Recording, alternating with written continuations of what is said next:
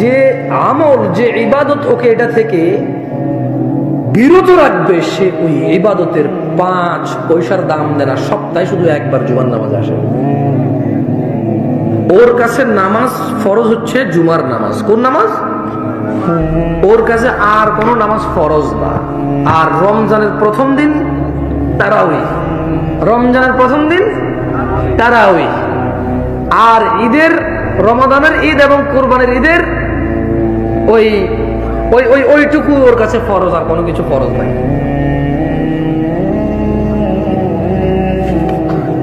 আমি আপনাদের বিরক্ত করব না। আমি সলাত নিয়ে সামান্য একটু কথা বলে আমি ফজিলতুল শেখ ডক্টর মুজাফফর বিন মোহসেন হাফেজুল্লাহকে আবার এখানে আমন্ত্রণ করব। উনি আপনাদের বোঝে, এটা বাস্তব। 1998 সাল থেকে একজন মানুষ যদি এই জায়গায় আসে, সে আপনাদের ভাই ব্রাদার, ছেলে, কারো ছেলের মতো, কারো ভাই ভাই, কারো চাচা, মানে যে যেভাবে সম্বোধন করে। সোজা কথা, ইসলাম ভাই বলে। কি বলে? ভাই। উনি আপনাদের কালচার বোঝে, আপনারা ওনার কথা বলেন।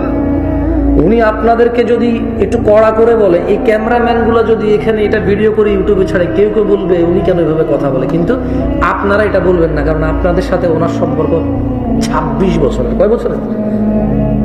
আমি দেখলাম যে একটা ছেলে আমাকে এখানে নিয়ে আসছিল, বেশ বড় হয়ে গেছে, আমাকে শেখে বললো যে আমি ওর নাম রাখছি।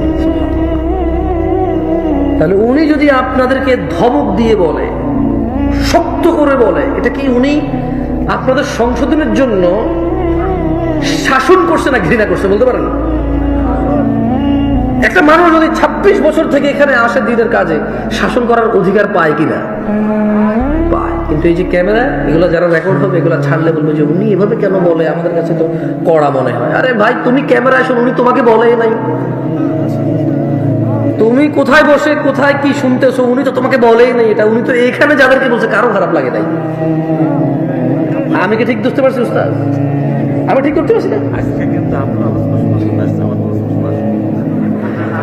আমরা জ্ঞান গর্ভ আলোচনা শুনবো, এবারে যেই করে যারটা আমাদের উপকার হবে, ঠিক না? আমরা ব্যক্তি বুঝি না, আমরা দিন বুঝি। কি বুঝি? কিছু কিছু মানুষ ওয়াজ শুনে বুঝতেছে। মানে আপনি খালি মনে করেন না যে মাজারে গেলে, দুর্গায় গেলে, দরগায় গেলে, সিজদা দিলে, কারো কাছে বাচ্চা কাচ্চা চাইলে শিরক হয়। সালাত ত্যাগ করো এক ধরনের শিরকি। সালাত ত্যাগ করাও কি?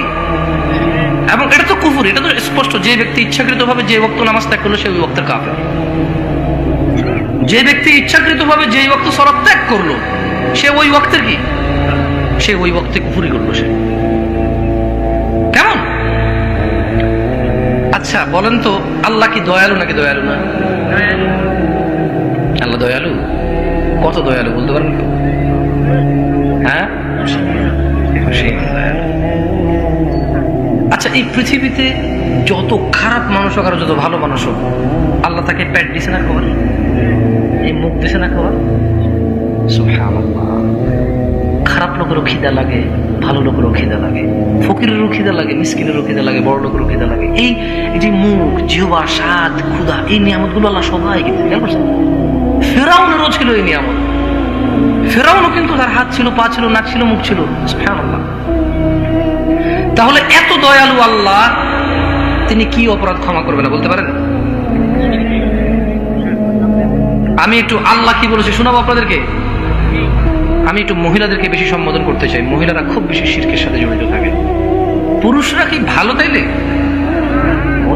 ও তো কাজ করতে করতে ব্যস্ত। মহিলাদের খুঁটিনাটি হাঁস মুরগি পালা ছাড়া, টুকটাক সেলাই টিলাই করা ছাড়া আর কাজ কি? কাজ হলো খালি কার মাজারে যাইয়া ডাব দিয়ে আসলে, নারকেল দিয়ে আসলে ওর মুরগি ফেরত চলে আসবে, হাঁস যেটা হারা গেছে ফেরত চলে আসবে, জামাই যেটা কথা শোনে না ওটা খালি গোলাম হয়ে করে পিছিয়ে পিছিয়ে ঘুরবে। মহিলাদের টেনশনই হচ্ছে ওইটা। মহিলাদের টেনশন, মানে মা অবাক লাগে, মা নিজ সন্তানের জন্য সেহের করে, জাদু করে। কেন? বলে যে বিয়ের পরে বউভক্ত হয়ে গেছে। আরে আপনি খুশি হন আপনার ছেলে বউভক্ত, অন্য মহিলা কাছে যায় না। আশ্চর্য কি? আশ্চর্য। মায়ের খুশি হওয়া উচিত যে তার ছেলে বউভক্ত। তবে ওই ছেলের উচিত জুলুম না করা মায়ের প্রতি। ওই ছেলের উচিত কি? জুলুম না করা মায়ের প্রতি। যদি ছেলে জালেম হয়, সে আল্লাহর কাছে দায়ী থাকবে। আল্লাহ তাআলা বলছেন, ইন্নাল্লাহা লা ইয়াগফিরু আন ইউশরিকা বিহি ওয়া ইয়াগফিরু মা দুনা যালিকা লিমান ইয়াশা ওয়া মান ইউশরিক বিল্লাহ ফাকাদ ইফতারা ইসমান আযীমা। নিশ্চয়ই আল্লাহ তার সাথে শরীককারীকে ক্ষমা করে না, এছাড়া অন্যান্য অপরাধ যাকে ইচ্ছা ক্ষমা করেন। আর যে আল্লাহর সাথে শরীক করে সে এক মহাপাপ রটনা করে। সূরা নিসা আল্লাহ তাআলা বলছেন, ইন্নাল্লাহা লা ইয়াগফিরু আন ইউশরাকা বিহি ওয়া ইয়াগফিরু মা দুনা যালিকা লিমান ইয়াশা ওয়া মান ইউশরিক বিল্লাহি ফাকাদ দাল্লা দালালান বাঈদা। নিশ্চয়ই যে আল্লাহর সাথে শিরিক করলো, নিশ্চয়ই আল্লাহ তার সাথে শিরিক করাকে ক্ষমা করেন না। আর তার থেকে ছোট যাবতীয় গুনাহ যাকে ইচ্ছা ক্ষমা করে। জি, আল্লাহ যাকে ইচ্ছা কি করে? ক্ষমা করে। এই জন্য আমরা কাউকে বলতে পারবো না তুই জাহান্নামে যাবি, তুই খারাপ, আমি ভালো, তুই অপবিত্র, আমি পবিত্র। এরকম একদম নাম ধরে ধরে স্পেসিফিক করে কাউকে কিছু বলা যাবে না, কারণ আল্লাহ যাকে খুশি ক্ষমা করে। আল্লাহর ইচ্ছার সাথে কারো জোর জবরদস্তি আছে? আল্লাহর ইচ্ছার সাথে কারো জোর জবরদস্তি নাই। তাই আল্লাহ সুবহানাহু ওয়া তাআলা বলছেন, আর যে কেউ আল্লাহর সাথে শিরিক করে সে ভীষণভাবে পথভ্রষ্ট। দিনী ভাইয়েরা, আল্লাহ তাআলা বলছেন, ইন্নাহু মান ইউশরিক বিল্লাহ ফাকাদ হারামাল্লাহু আলাইহিল জান্নাহ ওয়া মাওয়াহুন নার ওয়া মা লিয-যালিমিন মিন আনসার। নিশ্চয়ই কেউ আল্লাহর সাথে শিরিক করলে আল্লাহ তার জন্য জান্নাত অবশ্যই হারাম, নিষিদ্ধ করে দিয়েছেন, এবং তার বসবাস হবে চিরস্থায়ী জাহান্নাম।